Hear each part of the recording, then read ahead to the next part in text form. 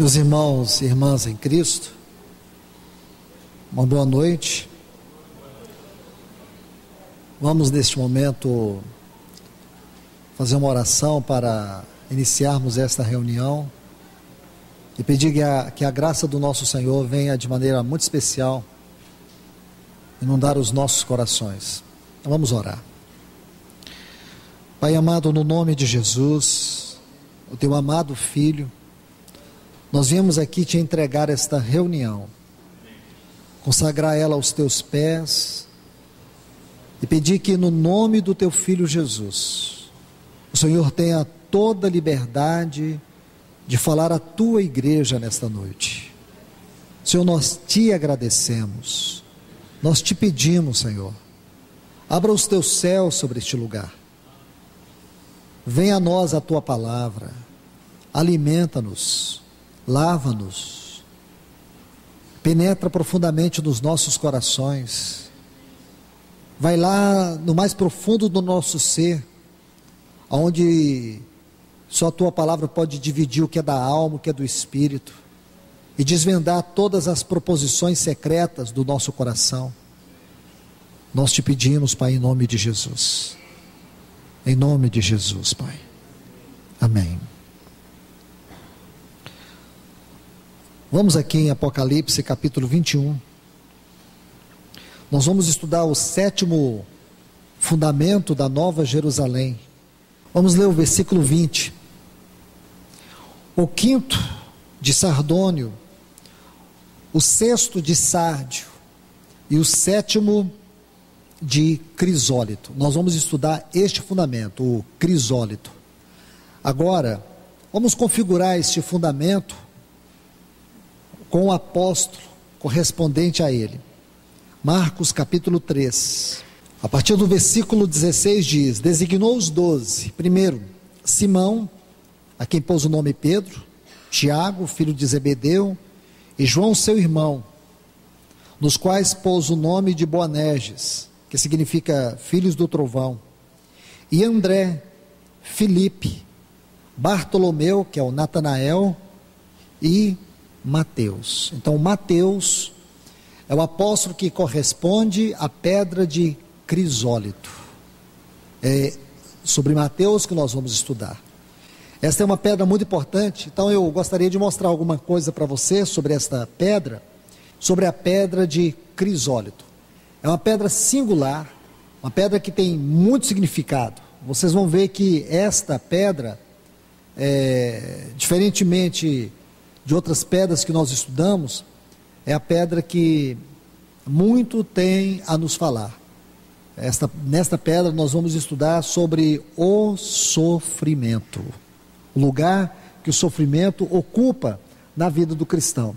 Então, irmãos, irmãs, seguindo aqui no nosso estudo, já vimos algo sobre essa pedra. O quê? É uma pedra magmática. Esta pedra, crisólito, é uma pedra que vem da família dos crisoberilos. Eu sei que é uma informação que para muitos não tem a menor importância, mas é interessante nós sabermos isso. Por quê? Deus, Ele escolheu cada uma dessas pedras para que através delas Ele pudesse nos falar de coisas espirituais.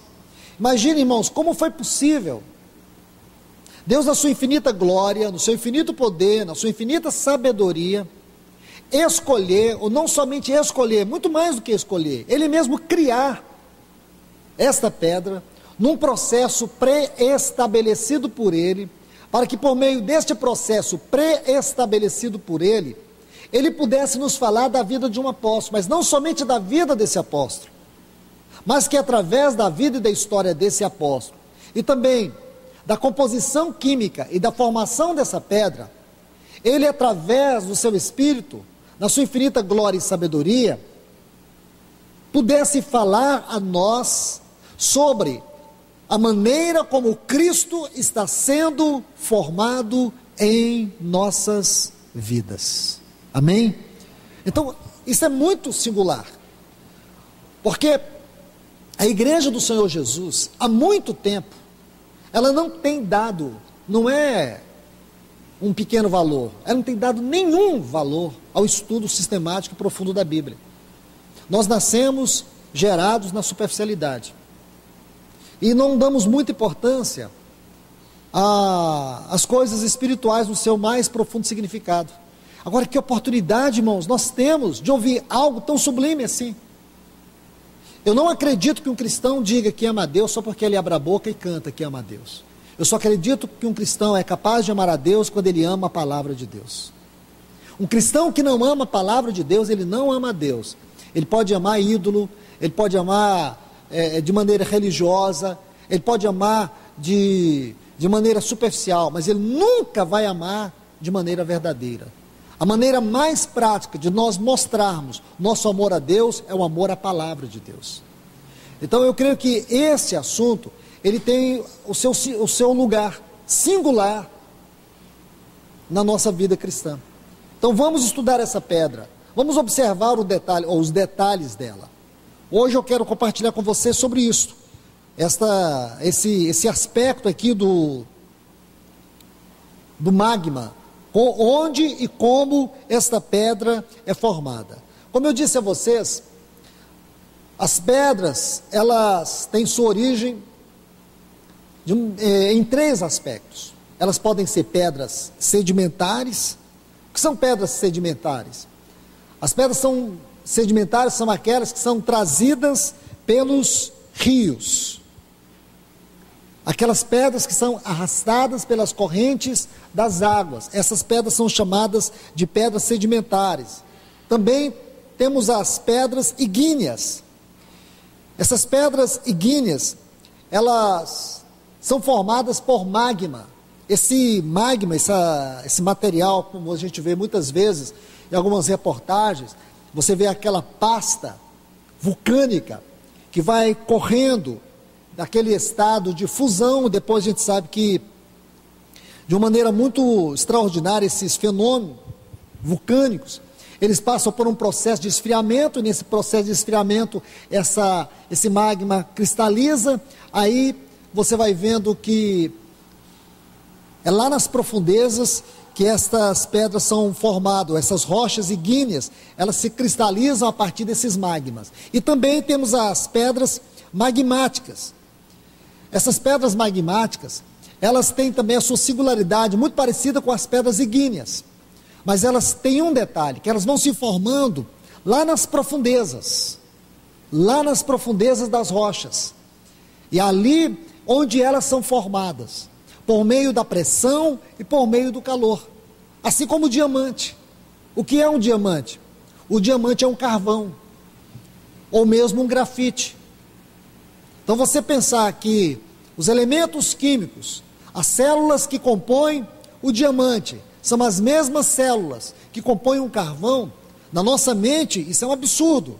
Mas é fato, irmãos. Isto é ciência, isto é fato.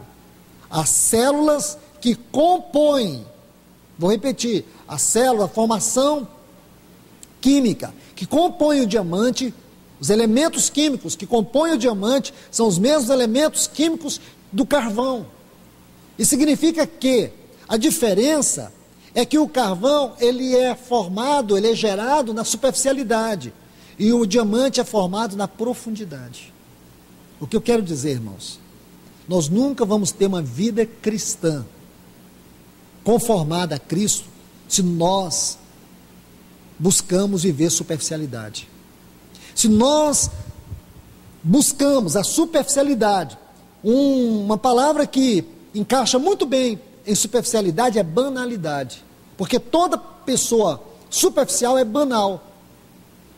Toda pessoa superficial é banal. E a nossa carne, ela gosta dessas duas coisas. Ela gosta da banalidade, ela gosta da superficialidade, ela gosta de coisas rápidas, ela gosta daquilo que não é necessário pagar o preço. Então, irmãos, nós temos que avaliar nossa vida à luz da palavra de Deus, se nós somos superficiais. Porque vida cristã só pode ser descrita de maneira estritamente espiritual se ela é profunda. A pergunta é, responda você para você mesmo, diante de Deus: Você tem uma vida cristã profunda na palavra, na Bíblia. Você não precisa ter um conhecimento teológico, você não precisa ter formação teológica, você não precisa ter lido mais de 1000 livros na vida, você não precisa entender grego, hebraico, eu não estou falando nada disso. Eu quero saber o seguinte: você é profundo na palavra de Deus. A palavra de Deus tem um curso livre na sua mente, no seu coração.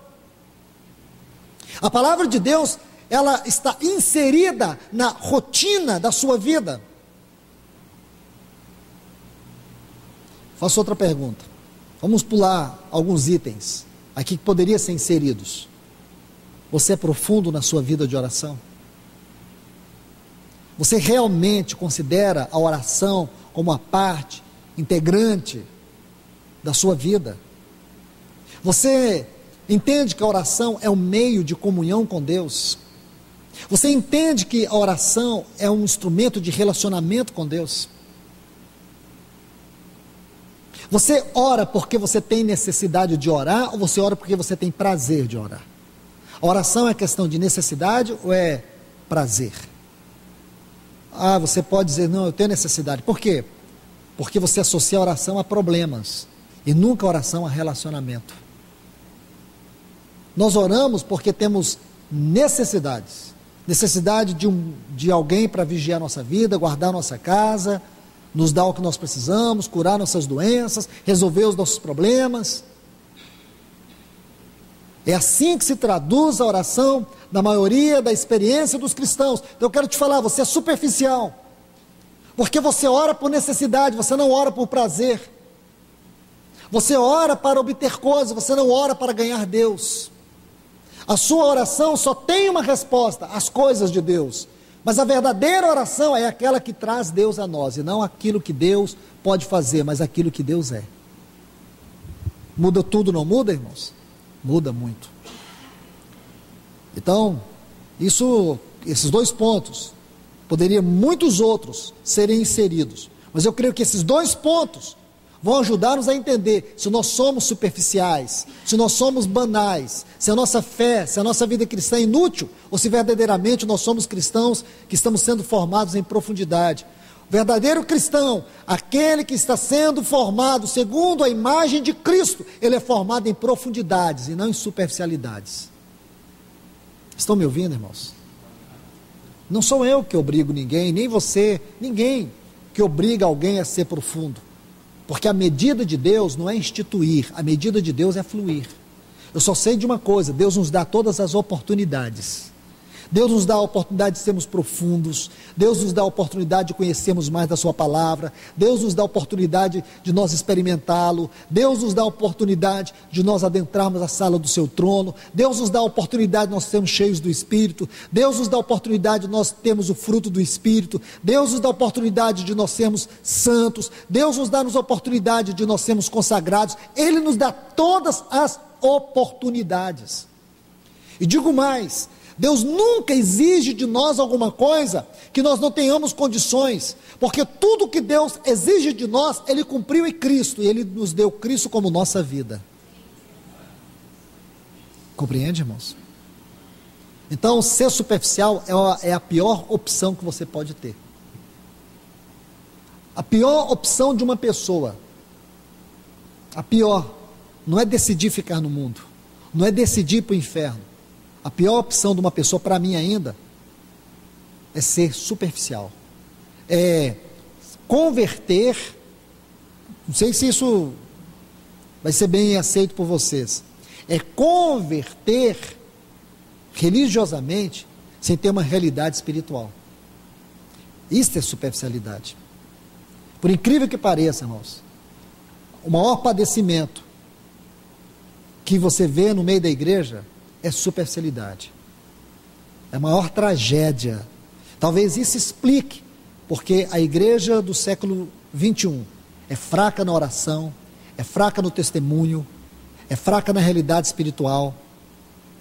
Isso explica muito bem porque o mundo ganhou tamanho espaço entre nós, porque deixamos de ser uma oposição firme e contundente contra o mundo. Então aqui nós vemos algo dessa pedra. Ela é formada nas profundezas. A verdadeira vida cristã, ela é gerada, ela é produzida nas profundezas. Então se você almeja ser uma pedra preciosa, como é descrita lá na Nova Jerusalém, saia da superficialidade, saia dessa vida banal. Irmãos, eu acredito que grande parte das pessoas não dão o menor valor à palavra de Deus quando é pregada. A grande parte das pessoas hoje. Mas eu encorajo você, dê valor, não brinque com a sua vida, porque Jesus pode estar às portas e você pode perder ele de vista como aquelas virgens nessa. Ou então, o Senhor pode cortar o fio da minha ou da tua vida a qualquer momento. Eu pergunto, aonde você vai passar a eternidade? Aonde você vai passar a eternidade? Aonde? Como você vai viver a eternidade? Porque o Senhor diz em Hebreus, se hoje ouvires a tua voz, não endureçais o vosso coração. Ele não está falando para ímpio naquele livro. A carta aos Hebreus não é uma carta evangelística, é uma carta apostólica, é uma carta direcionada à igreja. O que diz o capítulo 2? Como escaparemos nós se negligenciarmos esta tão grande salvação? Pensa, irmãos. Vida cristã é vida profunda. Formação da vida cristã em profundidades. Hoje você vê que a grande batalha da religiosidade moderna é fugir dos sofrimentos.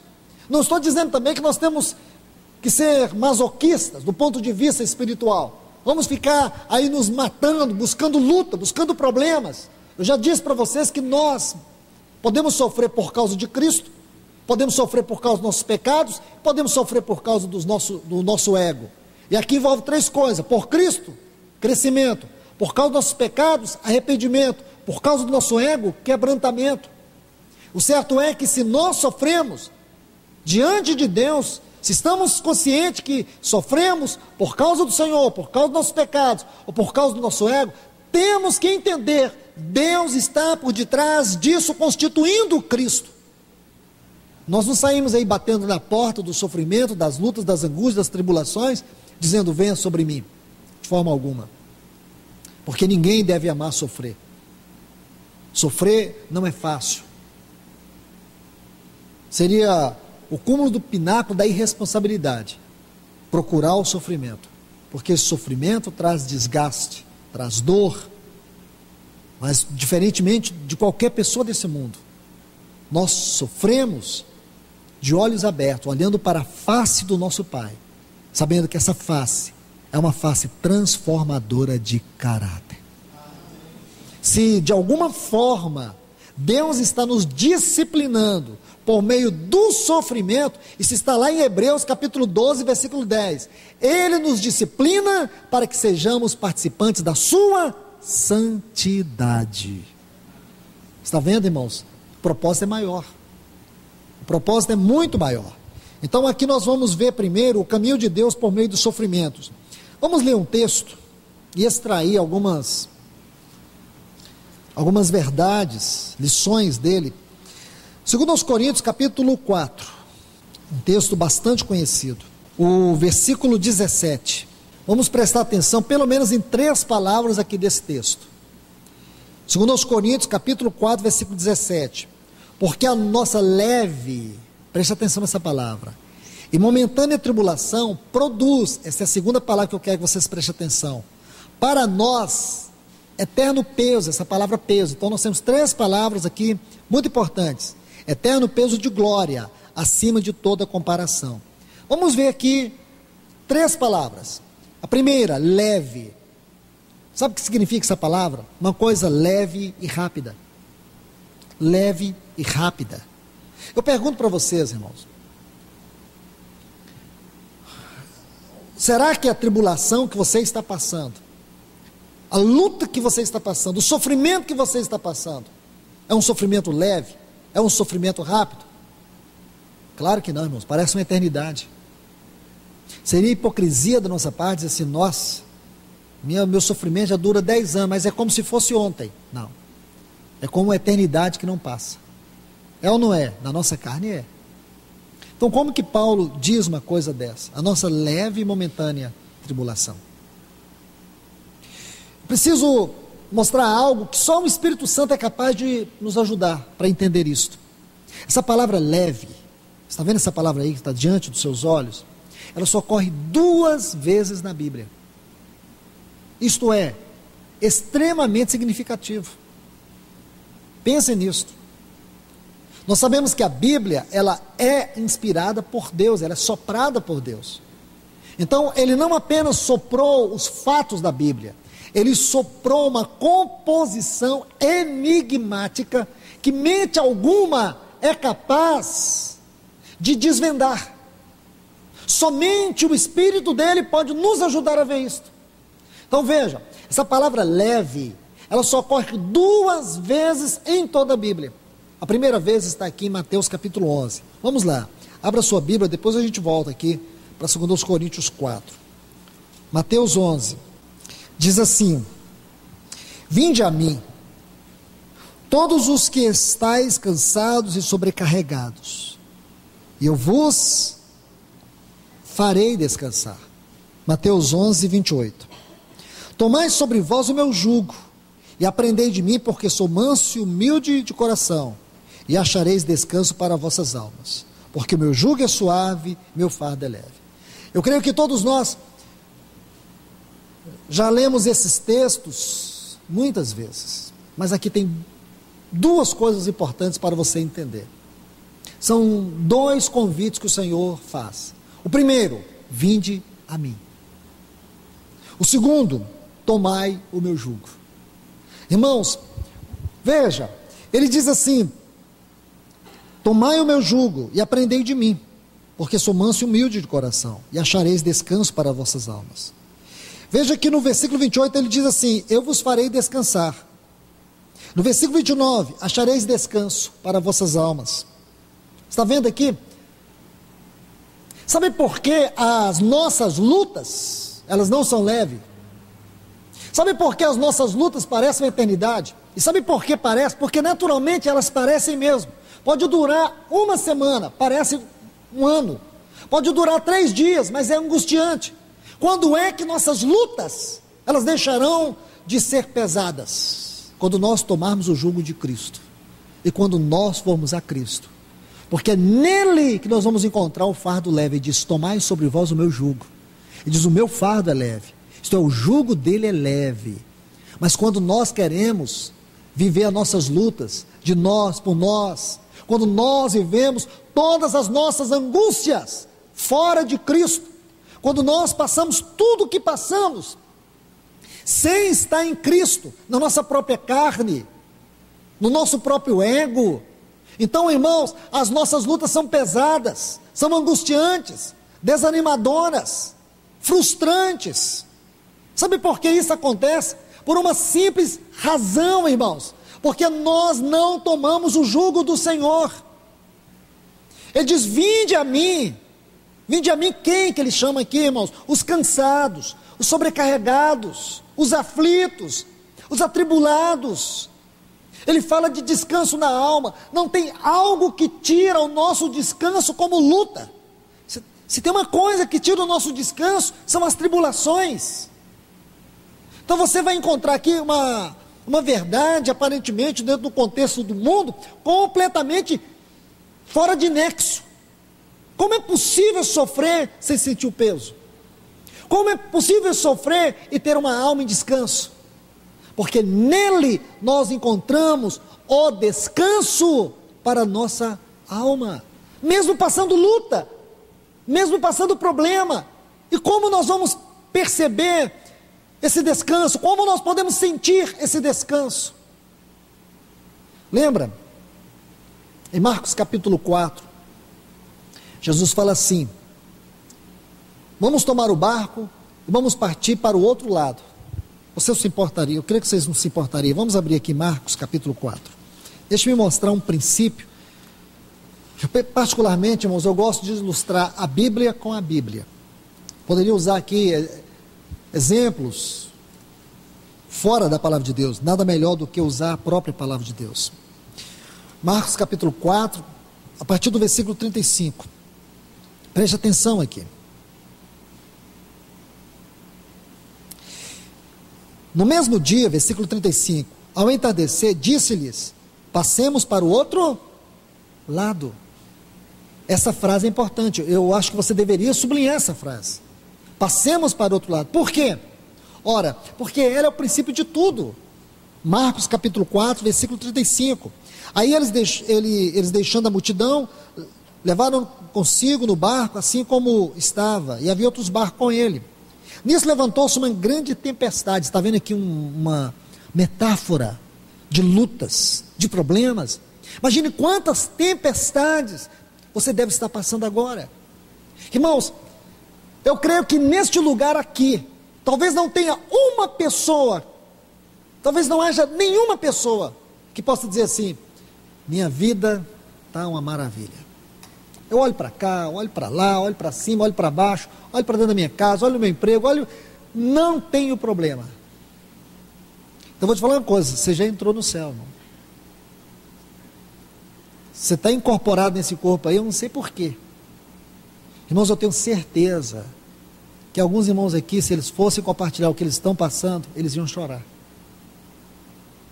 Talvez algumas pessoas, se fosse contar para mim, para você, o que elas estão passando, nosso problema ia ficar tão pequeno, a gente ia ter até vergonha. Já viu aquele ditado: eu que reclamava de não ter sapatos, encontrei alguém que não tinha os pés? Então eu creio que se alguns irmãos começassem a contar as lutas deles aqui, a gente ia enfiar a cara debaixo do banco. Falei: meu Deus do céu, eu reclamando.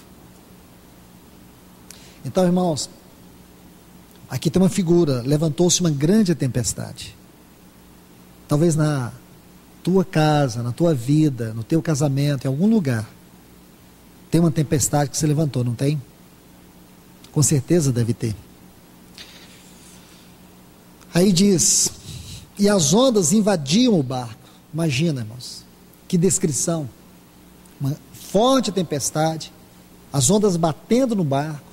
Talvez você esteja sentindo até no seu corpo físico a dor, o desgaste, a opressão dessa luta que você está passando, de tal maneira que ele já estava enchendo, a ponto de afundar. Irmão, sinceramente, será que você não está sentindo isso? Que o barco da tua vida está a ponto de naufragar? Será que você não sente isso? Será que você não está sentindo que as suas forças estão acabando, você não tem mais recurso? Mas não pare de ler. E ele estava na popa. Quem estava na popa, irmãos? Sabe quem estava na popa? O mesmo que no versículo 35 diz: passemos para o outro lado. Eu quero falar para você: se ele está na popa, se ele está dentro do barco, não importa o tamanho da tempestade. Se ele é a tua vida, ou é a vida da tua vida, se você pode levantar e dizer assim: eu sei que o meu Redentor vive, eu sei, não vivo eu, Cristo vive em mim, eu sei que tudo está no controle dele, eu sei que tudo está cooperando para o bem do propósito dele, eu sei em quem eu tenho crido, e eu estou certo que é poderoso. Entende? Se você sabe quem é que está no barco, e ele diz para você assim: vem a mim, vem do jeito que você está, atribulado, angustiado, perplexo, vem, tome o meu jugo, aprende de mim. Porque, irmão, se tem uma pessoa que sabe o que é sofrimento, ele sabe o que é sofrimento. Sabe o que o escritor aos Hebreus diz no capítulo 4? Diz que ele, em obediência, aprendeu por meio do sofrimento. Ele aprendeu a obedecer por meio do sofrimento. Irmãos, ele sofreu da maneira mais injusta. Você sabe o que é injustiça? Ele muito mais. Você sabe o que é crueldade? Ele muito mais.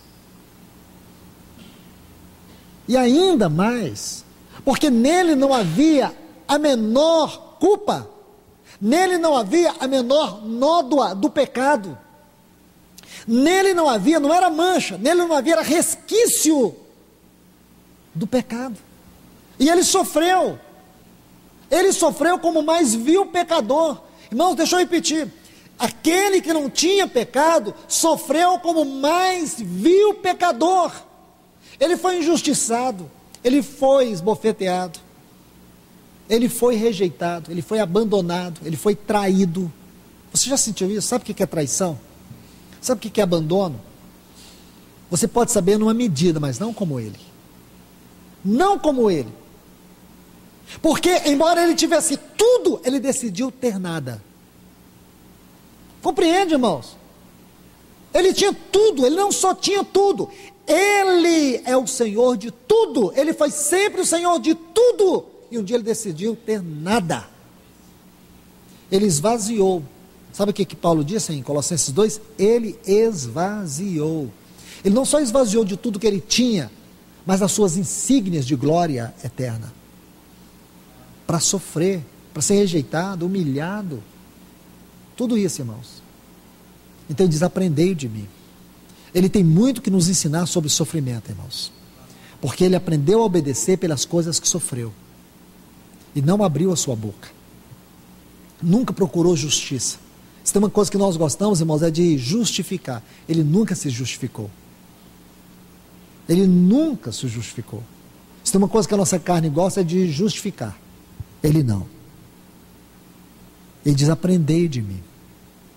Aprendei de mim. Estão te acusando, estão enfiando o dedo, dizendo que você é isso, estão falando que você fez isso, estão jogando pedra em você, lá no seu trabalho, seja onde for.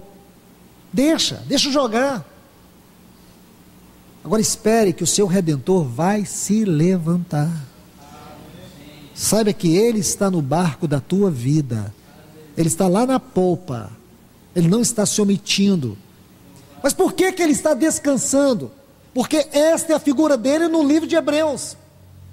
O livro de Hebreus mostra Jesus descansando. Por que Ele está descansando? Porque sua obra foi consumada, o pecado foi vencido, Satanás foi derrotado, a morte foi destruída e Ele está entronizado. Ele está descansando e aguardando que um dia todos os seus inimigos sejam colocados como escabelo dos seus pés. Então Ele pode descansar. E nós? Não, nós só podemos estar no seu descanso. E como que é estar no descanso dele? É um ato de fé. É um ato de fé. É um ato de fé. Mesmo que você chore muito, não deixe de crer. Mesmo que você até sinta que você já foi derrotado, saiba que é da sua derrota é que ele vai trazer a grande vitória. Porque ele, humanamente falando, não foi aquele que foi crucificado. Quando aqueles homens olharam para ele, morto naquela cruz. Então qual foi a conclusão que aqueles religiosos chegaram quando olharam para ele? Ele não pode salvar a si mesmo. Então quando eles viram ele morto naquela cruz, qual foi a conclusão que eles chegaram? Ele foi vencido pela morte. Ele foi vencido, ele foi julgado, ele foi condenado. Então para eles, Cristo foi vencido pela morte. Para Deus não, para nós não. A realidade não foi esta. A realidade foi que ele entrou na morte. A realidade foi que ele saiu da morte. A realidade é que o Pai o ressuscitou. A realidade é que ele está sentado num trono de glória. A realidade é que ele vai voltar. Entende, irmãos? Esta é a realidade. Então você tem que estar firmado nesta realidade. Não é o que a circunstância te diz, é o que a palavra de Deus diz. Gálatas 2,19, fomos nele crucificados. Gálatas 2,20, ele é a nossa vida. Então nós temos que entender o trabalho da cruz por meio dos sofrimentos. Irmãos, quem de nós aqui que não conhece a si mesmo? Será que você pode ver quanta perversidade, quantas obras da carne latentes estão diante ou estão dentro de você, dentro de cada um de nós? Imagine o quanto de nós não queremos quebrantamento, não queremos rendição. Veja quantas questões sérias são travadas dentro de nós. E quando você é capaz de ver isso, você percebe que o pior inimigo que você tem que vencer é você mesmo. É você mesma. O pior inimigo não é aquele que você diz que está no inferno. O pior inimigo é o que está dentro desse corpo aí. É o ego, é a carne que não converte. É o ego que não se quebranta, que não se rende. E aí está a dificuldade que você tem na palavra, a dificuldade que você tem na oração. Percebe, irmãos? Este é o grande inimigo, nossa carne. Quando Paulo encontrou essa realidade, ele pode descrever muito bem quando escreveu aos Romanos, no capítulo 7, versículo 24. Desgraçado, miserável, esta é a palavra que está lá. Homem que sou, quem vai me separar do corpo dessa carne, dessa morte? Está vendo? Está falando aqui da força da carne. Mas graças a Deus, que o versículo 25 ele diz assim: mas graças a Deus por Cristo Jesus. Graças a Deus porque Deus nos dá a vitória em Cristo Jesus. Então, irmãos, irmãs, esse texto é muito importante, essa palavra leve. Onde essa palavra nos levou nesta noite? Vamos voltar para 2 Coríntios 4:17. Eu creio que vocês entenderam. Então, por que Paulo colocou essa palavra? Não Paulo, mas por que o Espírito soprou essa palavra no coração de Paulo? Leve, nossa leve e momentânea tribulação. Você pode dizer, irmão, como leve? Como momentânea? Parece uma eternidade. Agora você entende, ela é leve. Quando é que ela é leve? Quando eu vou a Cristo, quando eu tomo o jugo de Cristo e quando eu aprendo de Cristo. Quando eu aprendo de Cristo, quando eu vou a Cristo, quando eu tomo o jugo de Cristo, eu posso descansar em Cristo. Amém? E descansar quando? Quando estou sobrecarregado, quando estou cansado, nele eu posso descansar. Nele eu tenho descanso imperturbável. Agora aqui, no nosso texto de 2 Coríntios 4:17, diz, porque a nossa é leve e momentânea tribulação. Quando é que uma tribulação é leve e momentânea? Nunca é, irmãos. Nunca é. Mas quando ela pode ser? Quando nós vamos a Cristo, quando tomamos o jugo de Cristo, quando nós aprendemos a Cristo. Aí ele diz assim, produz, aqui está uma outra palavra muito importante. Essa palavra é muito importante, porque ela dá o sentido de executar uma obra. Executar uma obra, realizar, mas também dá o sentido de modelar. Eu gosto muito desse sentido. Então ele quer dizer que a nossa leve e momentânea tribulação, ela modela. Então aqui eu vou usar primeiro essa palavra, modela, porque isso mesmo, Deus usa sofrimento para nos modelar, para nos quebrantar, para nos levar cativo a Ele, para nos tirar do domínio e da força da nossa carne, que visa a nossa destruição. Aí ele diz assim, produz, então realiza. A tribulação, ela produz, realiza, ela opera em nós um trabalho eficaz. Aí aqui é outra palavra, eu vou usar a frase completa, eterno peso. Numa versão alternativa está assim, peso sem fim. Essa frase, peso sem fim, ou eterno peso, ou peso sem fim, é o sentido que está no contexto, ou dentro no texto, segundo o contexto, conforme o texto original. Peso sem fim. Há uma outra versão que vai dizer assim, vai nos trazer uma glória enorme e eterna, muito maior do que o sofrimento. Esta é uma versão alternativa. Aí ele diz assim, acima de toda comparação, isto é, um enorme peso, um peso sem fim, sem nenhuma comparação. Agora, veja o contraste.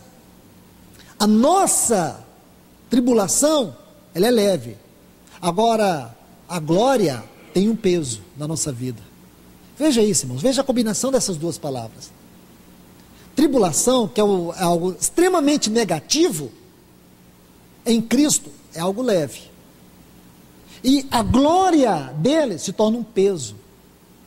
Que peso é esse, irmãos? Aqui é que está o grande segredo. Porque você sabe que a palavra glória é uma das palavras mais profundas da Bíblia. É uma palavra que fala de encanto, beleza, santidade. Uma designação muito interessante que eu gosto muito. Glória é aquilo que faz de Deus, Deus. Então, quando você faz referência à palavra glória, no sentido estrito ou estritamente bíblico, quando você usa esse termo, no sentido bíblico, mais restrito possível, você sabe que esta palavra tem a ver com a totalidade de tudo aquilo que Deus deseja obter em nós por toda a eternidade. É aquilo que Deus está trabalhando. Isso quer dizer que o estágio final da nossa vida é a glorificação. Isso implica que jamais teremos a medida de glória de Cristo. Jamais teremos a medida da santidade de Cristo. Mas uma coisa é certa, é que nós participaremos eternamente. Não só participaremos, mas desfrutaremos e também estaremos na sua eterna glória por toda a eternidade. Amém? Tem uma versão, a versão brasileira, é a versão que eu gosto muito, é a versão rara de se encontrar. Hoje, muito difícil encontrar essa versão. Se vocês me explicar o porquê, eu vou dizer que eu não sei. Mas também não entendo porque uma versão como esta tem sido desprezada pelas publicadoras de Bíblias no Brasil. Diz assim: pois a nossa leve aflição momentânea para nós produz cada vez mais abundantemente um eterno peso de glória. O que eu admiro nesta versão é a ênfase que se dá nas frases, porque mostra a grandeza desse texto. Não é um texto pequeno. Mas, irmãos, permita-me fazer uma série de citações bíblicas para ajudar vocês a entender uma ênfase que a Bíblia dá. Talvez tenha passado de maneira despercebida por vocês, mas creio que a partir de hoje não. É um princípio norteante, é um princípio fundamental na palavra de Deus, é a relação que existe da palavra sofrimento e glória. Não sei se você já estudou isso, mas existe uma forte relação da palavra sofrimento com glória. Vamos tomar o primeiro texto, Romanos capítulo 8 e o versículo 18. Romanos 8, 18, está assim: porque considero que as aflições do tempo presente, então aqui nós temos sofrimentos, aflições, tribulações, lutas, angústias do tempo presente, não são comparáveis com a glória vindoura. Então aqui você vê a relação, as aflições do tempo presente não podem ser comparadas com a glória. Então você vê a relação sofrimento e glória. Vamos para mais outros textos. 1 Pedro, capítulo 1. Vamos ler os versículos 10 e 11. Acerca dessa salvação, investigaram e averiguaram diligentemente os profetas que profetizaram a respeito da graça destinada a vós, esquadrinhando em que tempo e ocasião indicava o Espírito de Cristo que estava neles, o qual anunciava de antemão os sofrimentos de Cristo e as glórias que viriam depois dele. Veja, sofrimentos de Cristo e as glórias que viriam depois dele. Vê a relação sofrimento e glória. Então vamos para mais alguns textos, pelo menos dois aqui nessa carta de Pedro. Capítulo 4, 1 Pedro 4. Versículo 13: mas alegrai-vos, já que sois participantes dos sofrimentos de Cristo, para que também na revelação de sua glória vos alegreis com grande júbilo. Então, mais uma vez, sofrimento e glória. Nós somos participantes dos sofrimentos de Cristo. O que ele quer dizer? Quer dizer, ele está fazendo referência aqui àqueles sofrimentos que sofremos por causa do Senhor. Ele não está falando do sofrimento por causa do pecado, não está falando do sofrimento por causa do ego, mas sofremos por causa de Cristo. Todas as vezes que nós sofremos por causa de Cristo, Deus está nos levando ao crescimento. Se sofremos por causa de Cristo, e Deus está nos levando ao crescimento, então Ele está aqui colocando algo muito especial. Ele diz assim: para que também da revelação de sua glória vos alegreis com grande júbilo. Ainda, por favor, capítulo 5, e o versículo 1. Rogo aos presbíteros que estão entre vós, e eu, presbítero, com eles, e testemunha dos sofrimentos de Cristo, que também sois participantes da glória que será revelada. Irmãos, vendo este quadro de textos, voltando para 2 Coríntios capítulo 4, versículo 17, então a gente começa a entender. A nossa leve e momentânea tribulação realiza, opera, trabalha, modela em nós esse eterno peso de glória.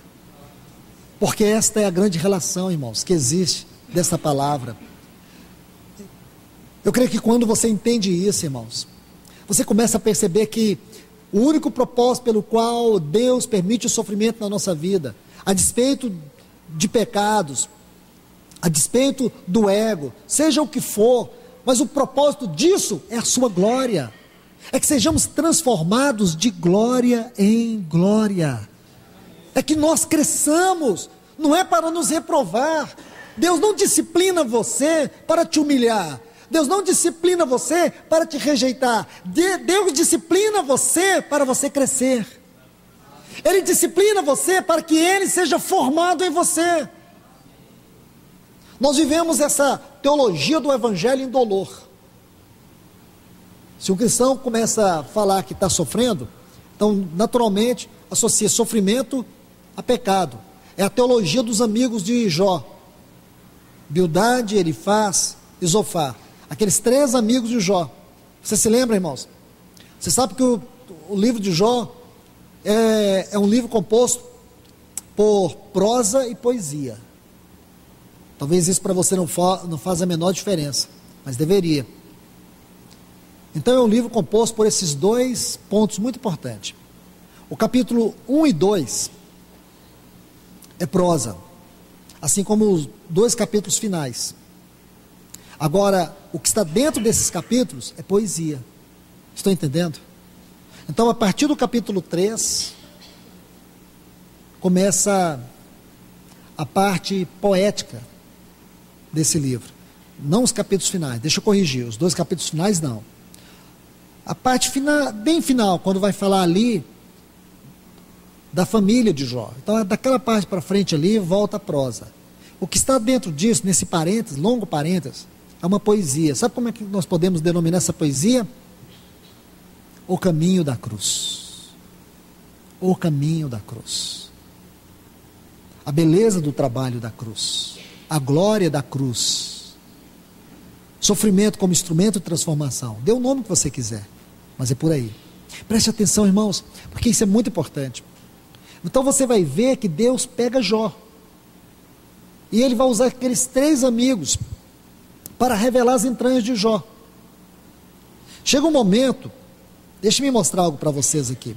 Vem comigo aqui no livro de Jó, porque tem uma palavra aqui tão importante, irmãos, mas tão importante, porque eu sei que tanta gente que lê o livro de Jó termina o livro pensando que como Deus é mau. Como é que Deus faz isso com esse homem? Homem tão bom, perdeu todo o seu dinheiro, perdeu sua família, ficou com a mulher murmurando no ouvido dele. Quem merece um Deus desse? Será que você conheceu o Jó mesmo? Será que você leu o livro de Jó? Se você leu e não entendeu o que o Espírito falou nesse livro, então você perdeu todo o seu tempo. Deixa eu me mostrar uma coisa sobre o livro de Jó aqui. No capítulo 32, porque a partir desse capítulo vai entrar um novo amigo de Jó, chamado Eliú. Sabe o que significa Eliú? Ele é o meu Deus. Eliú é uma figura do Espírito Santo. Aqueles 3 amigos de Jó, eles vão revelar os afetos de Jó, a mente, a vontade e as emoções. Mas o Eliú, ele vai fazer o trabalho do Espírito Santo. Você vai ver que ele é um amigo diferente. É um amigo mais chegado que o irmão. É uma figura de Deus na vida de Jó. E esse amigo vai desvendar o coração de Jó. Aí depois Deus entra. Porque esse livro é marcado pelo silêncio de Deus. A maior parte desse livro, Deus fica em silêncio. Deus fica em silêncio. E aí, a gente não entende. O irmão Lewis, ele diz assim, que Deus sussurra em nossa consciência, fala em nossos prazeres, mas grita nos nossos sofrimentos. Está vendo? Ele sussurra na nossa consciência, fala nos nossos prazeres, agora ele grita mesmo é nos nossos sofrimentos. Aí você me diz, como que Deus grita no livro de Jó? Porque a maior parte do livro Deus fica em silêncio. E quando Deus vai falar, o livro está acabando. Deus não precisa muito para falar, irmãos. Ele não precisa de muito para falar. Mas eu gostaria de mostrar algo para você. Eu não vou ter tempo de desvendar o Jó para você aqui, mas um pouco está aqui nessa palavra. Versículo 1 do capítulo 32, só a primeira palavra, ou a primeira frase. Cessaram esses 3 varões de responder a Jó. Olha o restante. Uma vez que ele era justo aos seus próprios olhos. Está vendo essa palavra? Cessaram. Sabe qual a tradução dela do hebraico? Desistiram. Aqueles 3 amigos de Jó desistiram dele. Porque Jó era alguém justo aos seus próprios olhos. Sabe quem Jó gostava? Dele mesmo. Quando ele diz assim, só te conhecia de ouvir falar, agora os meus olhos te veem, por isso eu me abomino. Essa palavra abomino foi felizmente mal traduzida. Foi totalmente má traduzida. Essa palavra abomino, a formação dela é adorador de si mesmo. Então ele está dizendo assim, sabe por que eu te conhecia só de ouvir falar? Porque eu adorava a mim mesmo. Mas agora os meus olhos te veem. Sabe de quem Jó gostava? Dele. Jó era um adorador de si mesmo. Se você pegar o capítulo 28, 29 e 30, você vai ver isso. Ou, aliás, isso mesmo, 28, 29 e 30. Você vai ver o quanto Jó era devoto de si mesmo. Esse é Jó. Então os amigos dele desistiram dele. Por favor, irmãos, capítulo 34. Olha o versículo 5. Porque Jó disse, eu sou justo, e Deus me negou o meu direito. O que ele está dizendo aqui, em outras palavras? Eu sou justo, e Deus é mau. Eu sou justo, isto é, eu não tive nenhum direito. Porque, quer dizer, se ele era justo e Deus negou o direito dele, o que ele está dizendo? Que Deus estava errado, ele que estava certo. Irmão, você pode torcer o versículo aí, você não vai achar outra tradução para esse texto. Olhe bem, eu sou justo. Se a Bíblia diz que a nossa justiça é como o trapo da imundícia, exceto a de Jó. É assim? Irmãos, nessa terra, não há um homem sequer que possa dizer eu sou justo. Jó foi o único que disse, eu sou justo. Então, esses 2 textos, não precisa mais falar do Jó não. Mas Deus usou um meio para quebrar esse homem e levar ao fim dele. Sabe o que? Sofrimento. Aí a Bíblia diz assim que Deus vai falar com Jó. Aí Deus vai falar no meio de um redemoinho. Aqui, irmãos, por favor, já estou encerrando. Capítulo 38, eu vou encerrar aqui, porque isso aqui é muito importante. Diz assim, então falou o Senhor a Jó desde um redemoinho. O que isso quer dizer, irmãos? Sofrimento por sofrimento, na vida do cristão não quer dizer nada. Nós temos que entender, sofrimento mais a palavra de Deus é igual transformação. Vou repetir, sofrimento mais sofrimento não quer dizer nada. Sofrimento mais a palavra de Deus é igual a transformação, é igual a caráter transformado. Então o que eu quero dizer, irmãos, que você não precisa apenas passar por sofrimento, porque quando Deus nos faz passar pelo sofrimento, Ele também envia a sua palavra. Sofrimento, mas a palavra de Deus é igual a caráter transformado. Então agora, Jó sofreu, não sofreu? Agora Deus vai falar. Se Deus não estiver falando no seu sofrimento, irmãos, ou meu irmão e minha irmã, se você não está escutando Deus no seu sofrimento, algo está extremamente, profundamente errado. Errado. Aí você vai ver a história daqueles 10 leprosos. lá de Lucas. Aí você vai ver, eles tinham lepra, mas o problema deles era a visão. Então você está passando por um grande problema na sua vida, mas o seu problema está no ouvido. O seu problema pode estar no coração. Pode ser que o problema não esteja no casamento. Pode ser que o problema não esteja na sua saúde. Pode ser que o problema esteja nos seus ouvidos. Pode ser que o problema esteja nos seus olhos. Pode ser que você não ouça. Pode ser que você não veja. Então isso é muito grave. Quando você está dizendo, Senhor, abençoa meu casamento, muda meu cônjuge, muda meu emprego, me cura. Na verdade, o seu problema não é uma doença em si. É uma gravidade espiritual de ouvir, de ver, de discernir a voz de Deus. O que adianta Deus transformar o seu cônjuge e você continuar surdo espiritualmente, não consegue ouvir a voz de Deus? O que adianta Deus te curar e você continuar cego, continuar cega? Percebe? Eu já vi muitas pessoas saírem de uma luta e continuarem espiritualmente problemática. Quer dizer, é a questão dos leprosos. Eles foram curados da lepra, mas continuaram escravos de Satanás. Não é sério isso? Então o sofrimento, mas a palavra de Deus é igual a caráter transformado. Vamos parar hoje por aqui, nosso tempo já foi embora. Se o Senhor permitir, na quinta-feira, nós vamos voltar aqui para continuar estudando a palavra de Deus. Vamos orar. Pai, em nome do Teu Filho Jesus, obrigado por esta noite, Senhor. Obrigado por cada um dos Teus filhos aqui. Obrigado por cada pessoa. Derrama a Tua voz, derrama a Tua palavra. O Senhor sabe a medida que eu preciso. O Senhor sabe a medida que cada um dos Teus filhos precisa. Então vem, Senhor. Vem nesta noite sobre nós. Derrama a Tua palavra com poder nos nossos corações. Que ela penetre profundamente. Em nome do Teu Filho Jesus. Em nome do Teu Filho Jesus. Senhor, oramos por cada pessoa. Oramos por aquelas, Senhor, que acabaram de passar por problemas ou estão passando. Senhor, coloque a Tua mão agora. Intervém com o Teu poder. Em nome do Teu Filho Jesus. Nós podemos orar atrasados, mas o Senhor nunca chega atrasado. Então vai lá com a Tua mão, com o Teu poder. Opera a Tua maravilha. Podemos não ver o que está acontecendo, mas o Senhor já sabia o que ia acontecer. Então vai lá, Senhor. Te pedimos, repreende esse mal. Repreende, guarda a vida do Teu Filho. Em nome de Jesus, este nome que está acima de todo nome.